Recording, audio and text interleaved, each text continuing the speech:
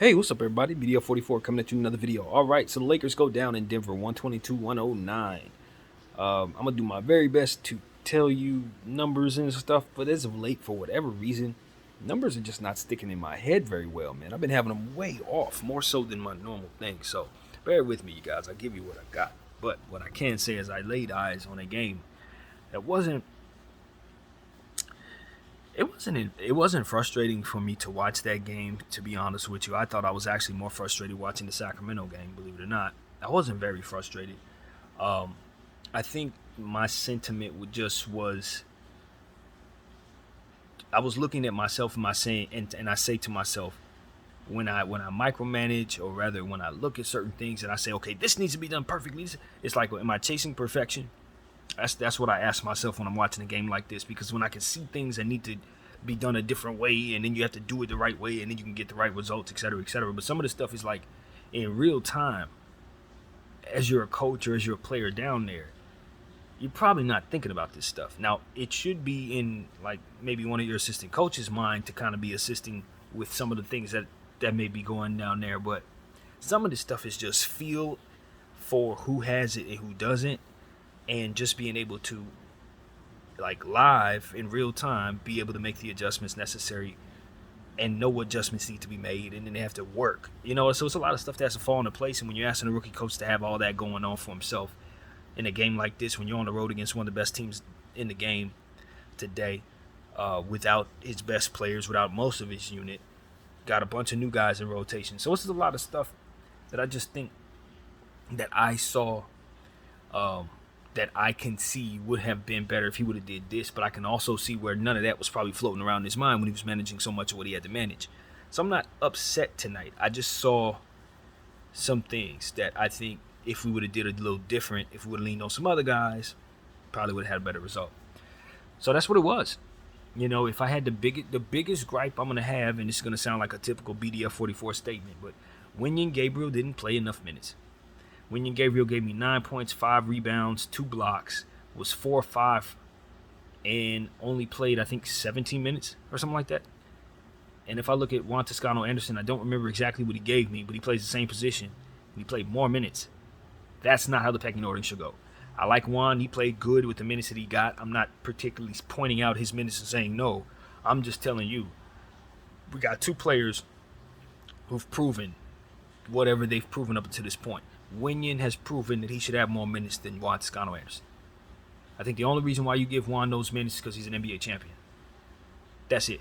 There's nothing else. It has to be politics, because the production ain't telling you otherwise. So that's one of my big problems with this team this year and our coach, is I just don't see the minutes reflecting in how I'm seeing players play. They're just not getting the minutes. I look at Scottie Pippen. He was 2 for 2 in 2 minutes. What does it tell you? Obviously, he wasn't on the floor enough. Obviously. The man scored more points than minutes played. What else is there to say? This is what I'm talking about. And this has been the problem all year long. And when we look back on our team and we realize who all we have, we're going to realize that what I was saying was true all along. We always played the wrong players this season. And when it came down to it, we had this old mentality. And this is going to be the story of the first half of the season. This old school mentality of guys have to prove themselves before I play them, right? But then the guys you're playing aren't proving themselves. So that's what it is. That's the story. Early on in the year, he didn't want to give Wenyen no minutes. We sucked because of it. He didn't have Thomas Bryant out there because of the finger injury and TB also. We had guys missing, Thomas and Troy Brown, right? So we had guys missing. We brought Thomas back, but we didn't give him the minutes. And every time we gave him minutes, he was super productive, just like he's doing now. Per minute, he was killing it. But we weren't playing him. Wenyen not playing, going small ball. Patrick Beverley, as if Patrick Beverley had proven the world to us. Like he was the Hall of Famer of all Hall of Famers, the way Darvin Ham's been playing him all season long. And when we lose with that, it's like it doesn't matter, because Patrick Beverley's some LeBron James-like figure in our coach's mind and must be on the floor at all times. So throughout the course of the season, as the losses started piling up because he kept going small ball, leaning on the Patrick Beverley-eccentric situation, coupled with all the injury issues that are inevitably going to come when you build around Anthony Davis and LeBron James, you found ourselves with just missing opportunities at being competitive, while the players who ultimately would prove to be most competitive for us were sitting. And we have progressively seen him take the cuffs off of each and every one of these players, and our team gets significantly better as he does so. But even now, there's still players that he has cuffs on, that if he just takes the cuffs off of them, we'd be even better than that. And it's like, bro, how? This is where I get frustrated in so many facets of life.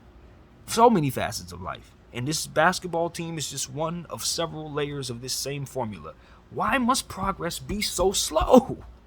Why? It doesn't have to be this slow. Identify what works, play that. Identify what works, do that.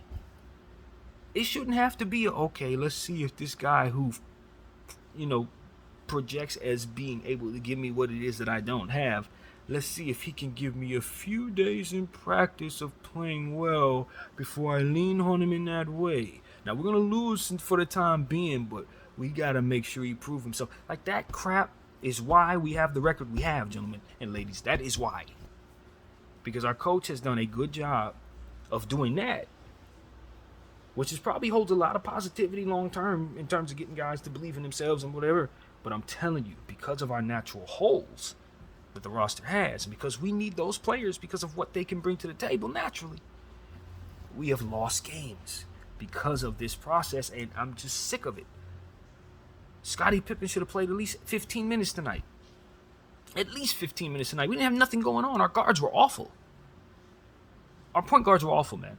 Russell Westbrook, Dennis Schroeder, Kendrick Nunn were the guys that shot us out of the game, y'all. And it's like we got Scottie Pippen down there playing 2 minutes, 2 for 2 with 4 points. Because he got 2 quick, easy layups in garbage time that he probably would have got anyway during the meat and potatoes of the game. Why? Because nobody's guarding him. We don't play him. They don't know what he can do. Our coach don't even know what he can do. So nobody's going to guard him. It's the kind of crap that it's like, man. That's why I get a little frustrated with myself, because I'm like, am I chasing perfection? You know what I mean? Because I know people ain't thinking what I'm thinking. Do I expect everybody to have in their heads what I have in my head? No, that's why I turn on the camera. That's exactly why I started this channel, because it seems to me that no one does. So I'm like, yo, I got to teach people what it is I see. And this is how they're going to learn. So this is what I'm telling you. Take the cuffs off the youngsters. This team, this season, should have been doing everything the opposite way as it pertains to the role players. All the guys that we've allowed to make them prove themselves should have been dudes we played out the gate. And all the dudes that we've leaned on, waiting for guys to prove themselves, should have been dudes we buried in the back of the bench. I kid you not. If we would have did that very thing, I believe our record would be upside down right now. It would be the opposite record. The opposite record, yo. So this is what I'm seeing down there. Tonight, what I saw was Thomas Bryant take on significantly more tough defense. We're not catching nobody off guard no more with TB. I keep telling y'all.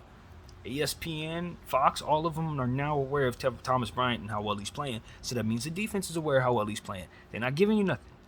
They put Aaron Gordon on him tonight. They put Jokic on him tonight. They put Najee, the birthday boy Najee on him tonight.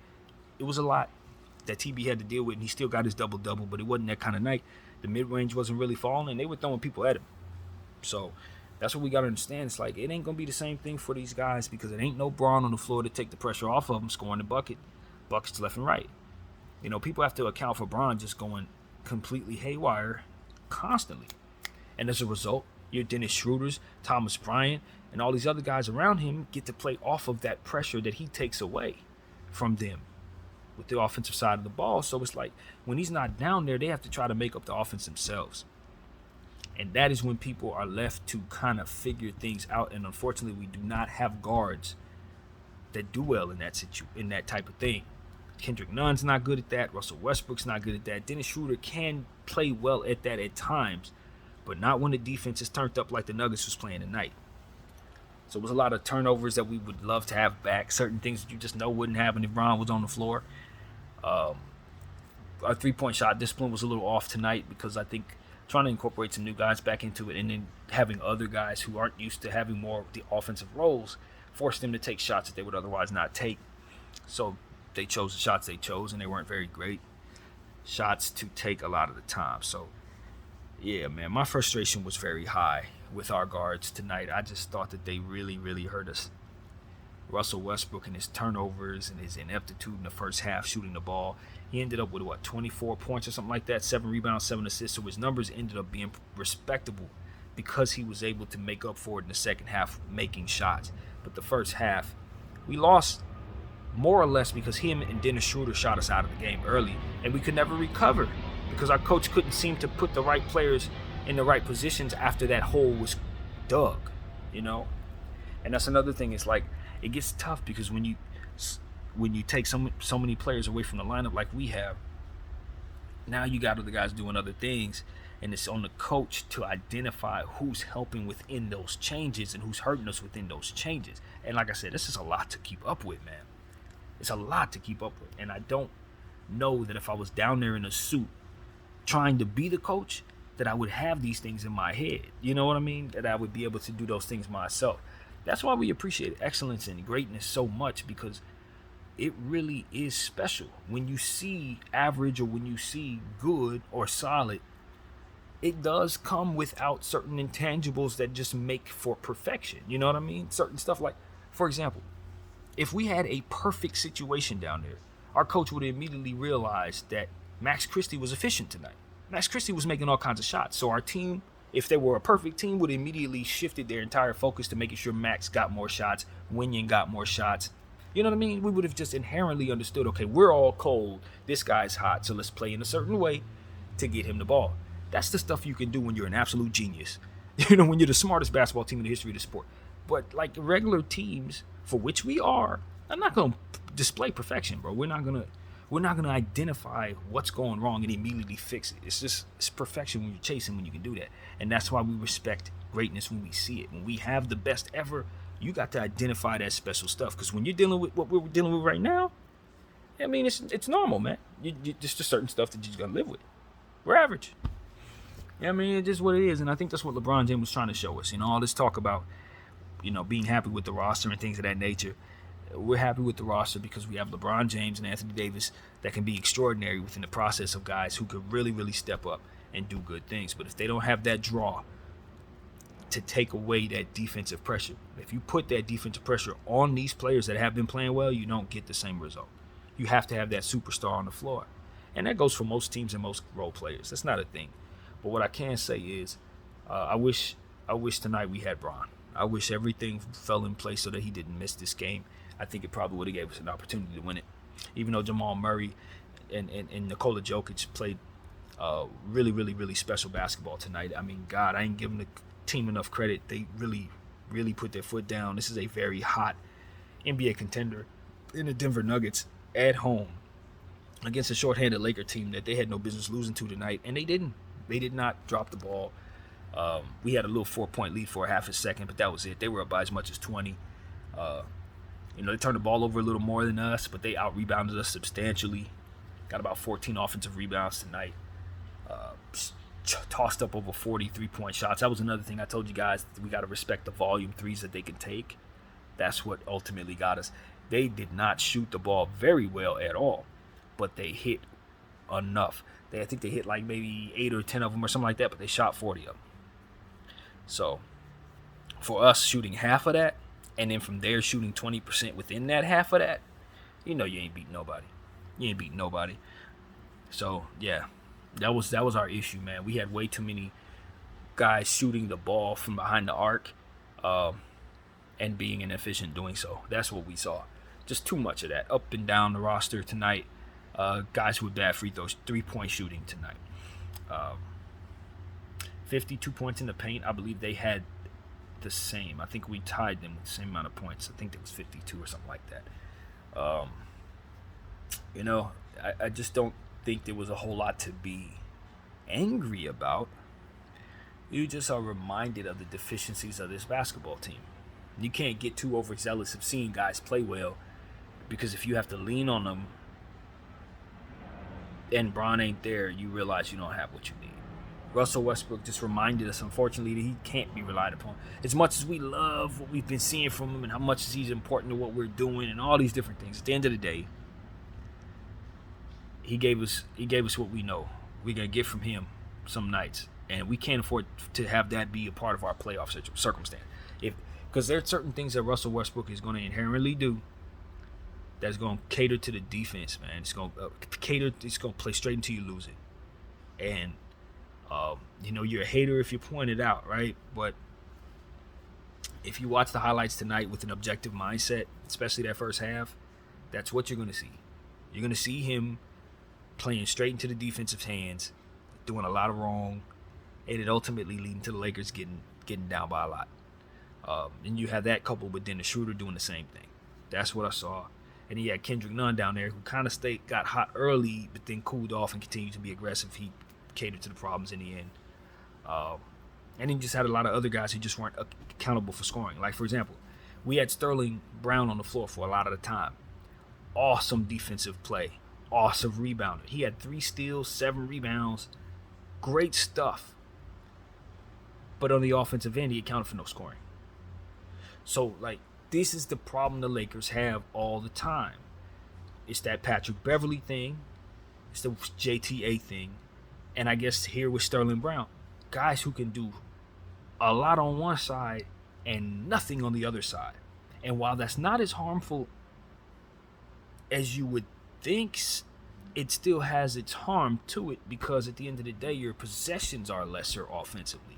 This is what I was trying to explain. It's like, yes, they do a lot for you defensively, but on the offensive end, once you get them the ball, your play's broken. 5 seconds go out of the shot clock, you got nothing. Defense hones in on them, turnover. That kind of thing is just like, you can't have too many offensively deficient players on the floor at the same time and have any success whatsoever, because you may get a stop or two, but at the end of the day, good offense beats good defense. So even if you have good defenders out there, if they can't score, you getting beat. And so that's what we're seeing. I mean, I love what I saw from Sterling Brown. I think Sterling Brown was one of the best players on the floor tonight. Honestly, he really was. Defensively, he was making things happen. Rebounding, all that, he was making things happen. But I don't think he got enough offensive attempts, and I don't think I was able to discern whether or not he was good offensively or not, because guys weren't passing him the ball. And that was also an issue I saw tonight. Russell Westbrook, Dennis Schroeder, I understand that you're down there with new guys, but you cannot not use everybody. You're not talented enough of a basketball club to go ISO ball on teams and have situations where we only jack up one shot from one player touching the ball. We had a situation where Kendrick Nunn dribbled the ball all the way down, ran into the corner and shot 3. Like, if you think that's a winning play, you need to, talk to some coaches and have them redirect your mindset, because it's not a winning play, bro. You might as well put on a uniform for the Nuggets. And it was just a lot of stuff like that from our guards tonight, particularly. They just might as well have put on Denver uniform and ran around in white, because that's how they were playing tonight. They were doing everything that catered to Denver's success. And then I sit there and see Scottie Pippen sitting, when I know what he can do. When I know if he had 30 minutes tonight, he probably came out of it with 15 points, 12 assists. I know this, because he's a volume, high-level player who's going to attack and get assists. He's going to do it. And it's like, I told y'all what Wenyen Gabriel would do at the start of the season. I told y'all what Thomas Bryant can do when we give him some minutes with efficiency. I told y'all a lot of different things that I thought would work for this team. And we don't do it until a time when we finally do, and then it starts working. And it's like, here we go again. It's another one of the things I said.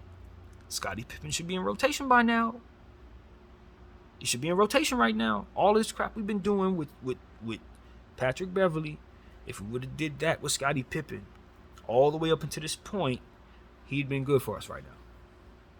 And Patrick Beverley would have gave you the same stuff, because there ain't no development for Patrick Beverley. He's been in the league for 15 years. There's nothing to develop. When you call on him, he's going to do the exact same thing you're getting right now. You get no fruit out of playing him 35 minutes. He ain't going to do no more, no less than he's expected to do, which is defend and get in people's heads. I don't need that for 35 minutes, 25 minutes, 20. He was 0 for 2 tonight. You know what I mean? And I know he got injured or something, so I hope he's all right. He got removed, but I don't think it was because of anything other than injury, man. It's just like development of players and the needs of the team are both the same dang thing. And it's like we're finally seeing them. Max Christie can really ball, no kidding. He had like 14 points tonight, hit a bunch of threes, got a bunch of rebounds, did some defensive things too. Wouldn't you know it? I told you guys he was a productive player from the very first game I saw him. Why? Because he knew what he needed to do to be productive in short minutes. It's the same reason why I believe 37 is a weapon ain't on the team right now, because he was terrible at that. He'd come in 3 minutes and do awful things with his minutes. Scottie Pippen came in with 2 minutes, gave 4 points. I bet you see more minutes next. Why? Because he did what he needed to do within those minutes to assure that he could do more with more minutes. If you can't figure out how to make something happen in a short amount of minutes, then it's going to be hard for you to get those points, redundantly speaking. Max Christie knew how to get those minutes. Rebound the ball, rebound the ball, rebound the ball. Every time he put on the floor, rebound the ball, rebound the ball, rebound the ball. And then when he did shoot a three, it was making him.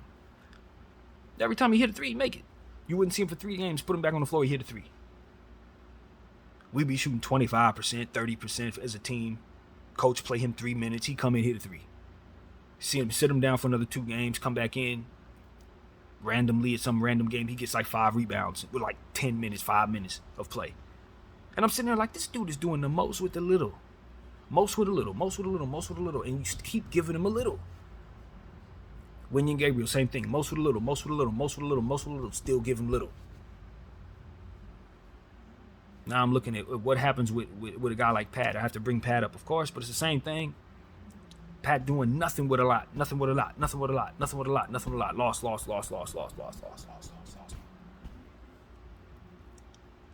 Who are you trusting, coach? That's it. That's all it is. Who are you trusting? Tonight he leaned on a bunch of people, couldn't do nothing for him. A bunch of guards who did nothing for him. And left Wenyen Gabriel, the guy who was most efficient 4 out of 5, to be 4 or 5 in the whole game. When the guy was 4 or 5 at the half. He didn't attempt a single shot in the second half. In my mind, a great team, that's the guy you're going to get the most shots in the second half because he's the only one who's been able to hit anything. Everybody else is missing. It's him and Max Christie were the most efficient players on the floor for us tonight. And you would think they would get the most shots, right? Because we're down everybody. Nobody's proven. Everybody's supposed to be average players. So who are we featuring if not Thomas Bryant, who didn't really have it like that?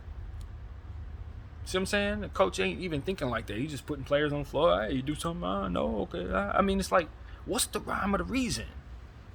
And we can sit up here and say it's because Bron wasn't out there, that's why we lost. But honestly, I don't think that. I don't think that at all. I think we had players who were very efficient. Just should have gave them more minutes and gave them more shots. If their per minute situation was any indicator of what they would have gave us, then Denver would have been in trouble. Because honestly, Denver wasn't defending us very well at all when those guys were the ones doing what they were supposed to be doing. The guys who missed shots had open shots to take. That's what I'm here to tell you. Russell Westbrook's shots were open. Schroeder was missing shots he would normally make. And it wasn't like Denver was world beaters defensively. They weren't. So I'm just, I'm frustrated. I do think that we would have won this game if obviously LeBron James and Anthony Davis was able to play obviously. But you still got to give credit to Nikola Jokic, who was absolutely phenomenal. Super game. He ended there with above 15 assists. Definitely a triple-double, I'm sure. I didn't even check his stats, but I know it was awesome. I don't have to question that. Jamal Murray, too. I'm sure he was over 30 points. He was awesome. Had his season high tonight. Killed us. One of the best killers in the game. Getting in better shape. I thought that Bones Highland was letting it fly. He was real loose tonight. I love what I saw from him. KCP, NBA champion from the Lakers. We love what we had from KCP. He killed us tonight. He did a great job of just hitting all the key buckets necessary. Key buckets.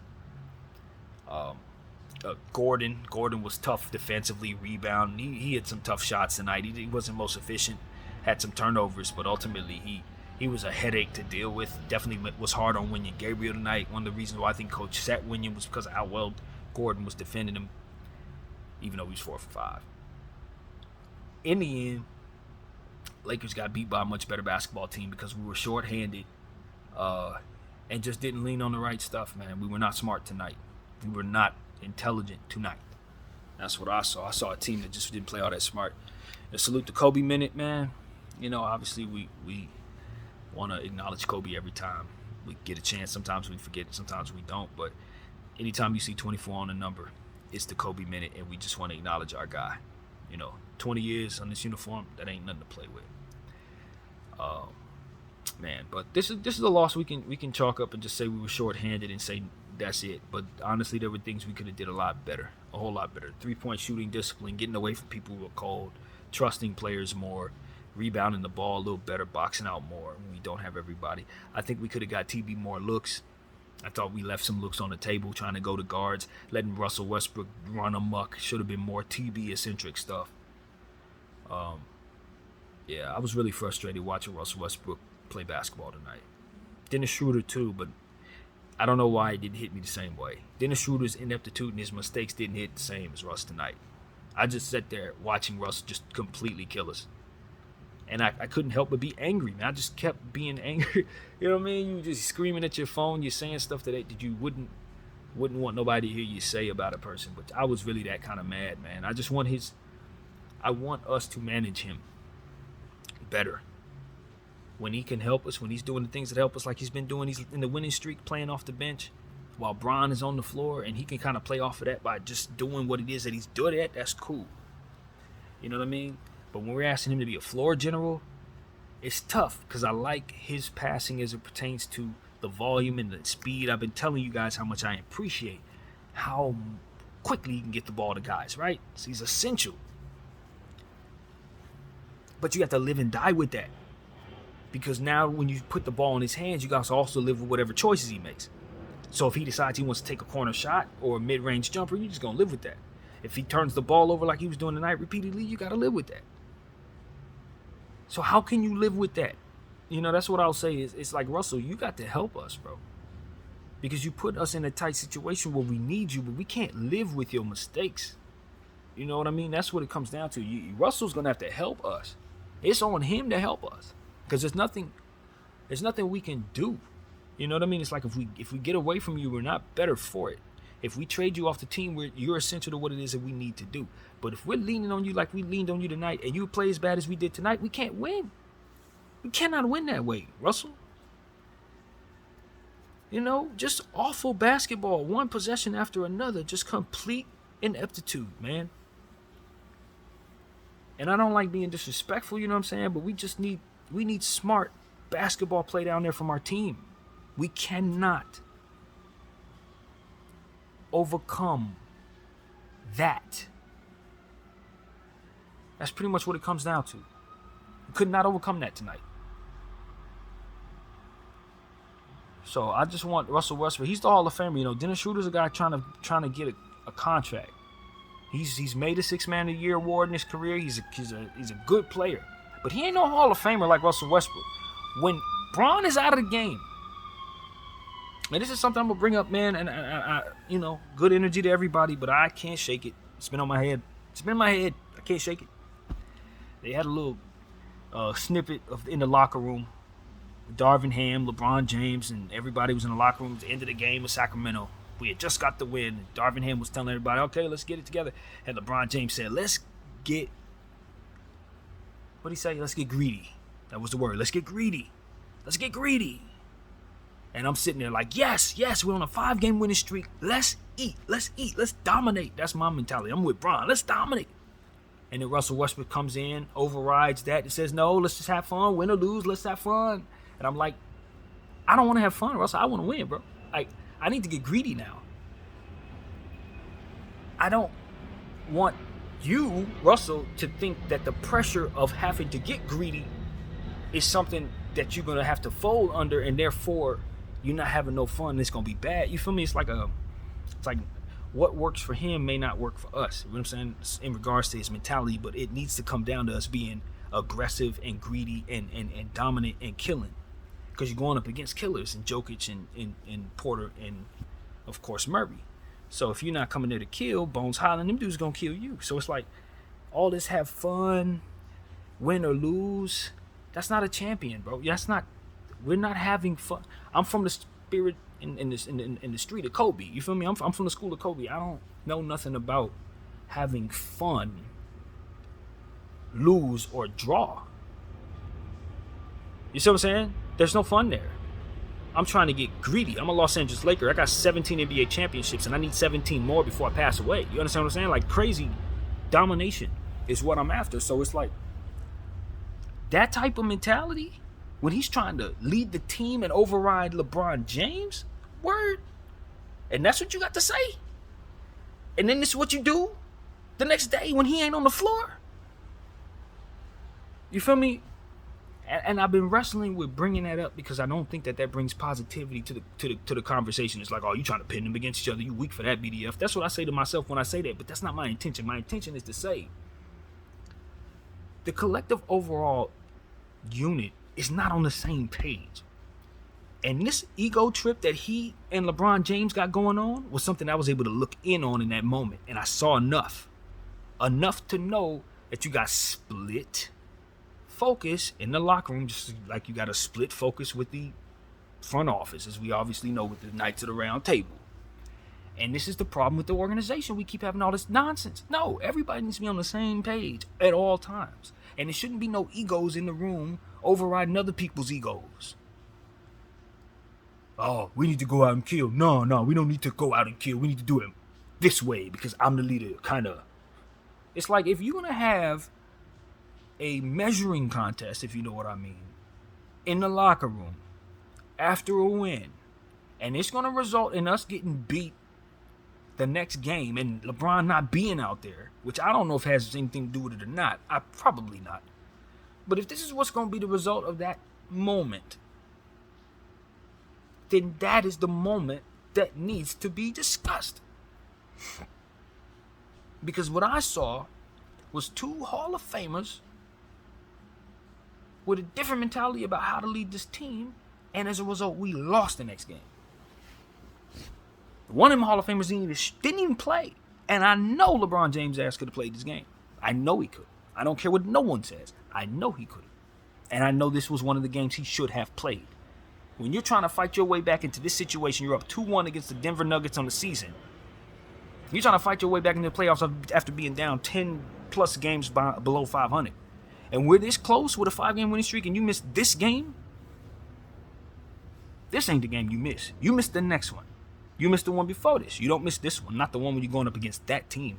When this has playoff implications and we're trying to keep from being tied with them in regards to the season series. Oh, no. This game mattered a lot. Whatever soreness you had, it shouldn't have been this game that you missed.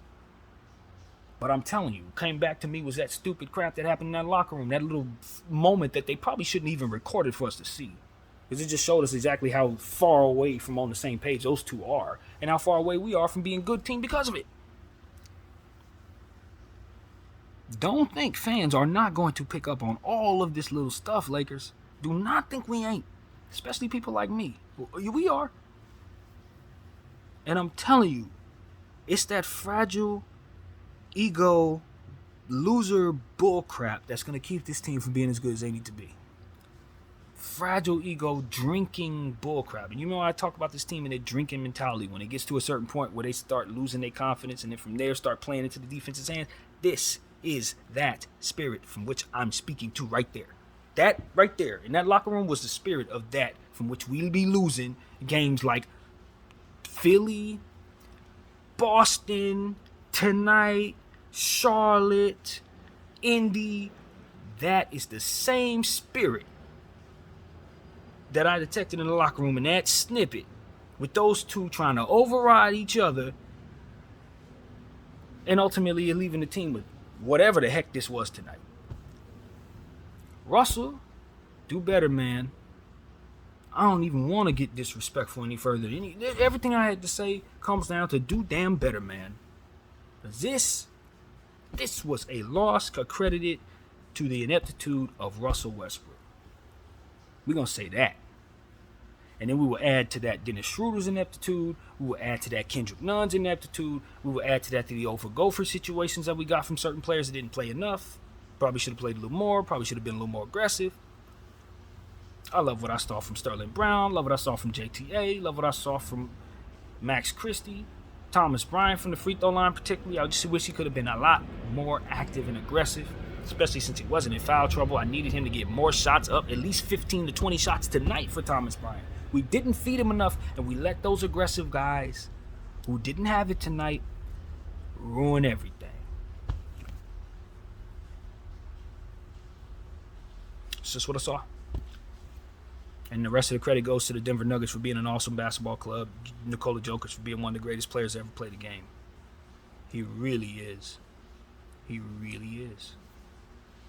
And I'm telling y'all that I think Nikola Jokic could end up being one of the top 15 players ever, statistically. Now, I don't know if it's going to cater to winning. You got to start winning if he wants to do that. If he wants to really be that. But as far as efficiency and statistics, if he plays a good 15, 20 years, the way he's playing right now, it ain't 15 players that have been more efficient than him in this league. It ain't. It ain't. I'm telling you, he's gonna be that guy. Because what he's doing is absolutely phenomenal. And I'm not certain he's not gonna win the championship. Right now, I got them coming out of the West. Because New Orleans and the health issues that they're having, I'm worried. BI's missing too many games. I'm very concerned about their team. And the rest of the West is open, man. None of these teams scare me at all. So as far as I can tell, it comes down to them. Denver looks like the squad. They look like the squad to me. So, the fact that we got 2 wins on them in the season is a good thing. I just wish guys had their thinking cap on tonight. I just wish everybody was intent on getting this victory as much as the fans were. They were not. Some of the players on the floor, give them their credit. We know who they are. They went hard. Max Christie, Sterling Brown. I love what I saw from the dudes. You know what I'm saying? Wenyen Gabriel. Love what I saw from them. I'm not mad. I'm not angry. I just am frustrated at what I thought was over-aggressive play by players that needed to be less aggressive tonight. Just from an intellectual standpoint, we just got to know when one of our very own is not doing it, or 2 of our very own just ain't doing it, man. And lean on the guys who are. Nobody's overproven. That's the thing. And Russell, with respect to his Hall of Fame status, ain't nobody on this team overproven. If a guy like Max Christie's hitting 5 shots out of 8 or whatever it is, he needs to be shooting more. Wenyen needs to be shooting more. So that level of cachet, with respect to everybody on the team, we are not a good team. The green light goes to the hot hand, if you ask me. So, I don't know, man. I'm done complaining about this game. I don't know that we would have won it even if Bron played. The Nuggets are extremely good. And they were frustrated from having lost us already twice, but I just don't like stupid basketball. That's all I got to say, man. My name is BDF44. I thank you all for watching.